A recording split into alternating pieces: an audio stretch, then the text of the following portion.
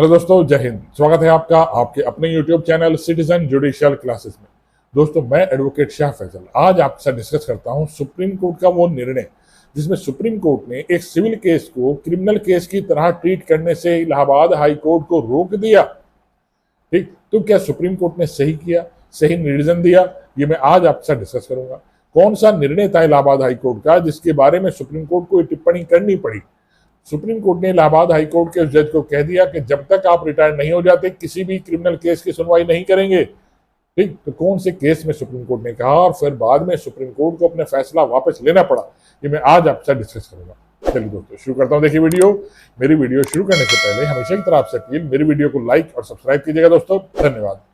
चलिए देखिए, Allahabad high court ने अपने एक फैसले में कहा कि जब कोई सिविल केस किया जाता है, पैसे का लेन देन किया जाता है, तो उस पैसे के लेन देन के लिए पार्टी को बाध्य करने के लिए उसे क्रिमिनल केस में समन भी भेजे जा सकते हैं।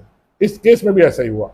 एक्यूज्ड को बाध्य करने के लिए कि वो पार्टी का पैसा लौटा दे, अपीलेंट का पैसा लौटा दे, तो उसको समन भेजा गया। समन के अगेंस्ट में एक्यूज सुप्रीम कोर्ट गया। सुप्रीम कोर्ट ने कहा सिविल केस में समन कैसे भेजे जा सकते हैं, सिविल केस को क्रिमिनल केस की तरह कैसे ट्रीट किया जा सकता है। ये जज सही डिसीजन नहीं दे रहा है। जज के बारे में टिप्पणियां करी, इलाहाबाद हाई कोर्ट के जज थे। ठीक, और उनसे कहा कि जब तक आप रिटायर नहीं होंगे किसी क्रिमिनल केस की सुनवाई नहीं करेंगे। एक तरीके से न्यायपालिका का मजाक आपने बना रखा है।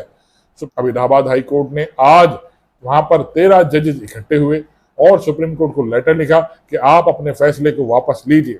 तब चीफ जस्टिस ऑफ इंडिया गवाई को सामने आना पड़ा और कहना पड़ा कि जो डिसीजन दिया गया था सुप्रीम कोर्ट द्वारा उसे हम वापस लेते हैं, और जज के अगेंस्ट में जो डिसीजन दिया गया था उसे भी हम वापस लेते हैं।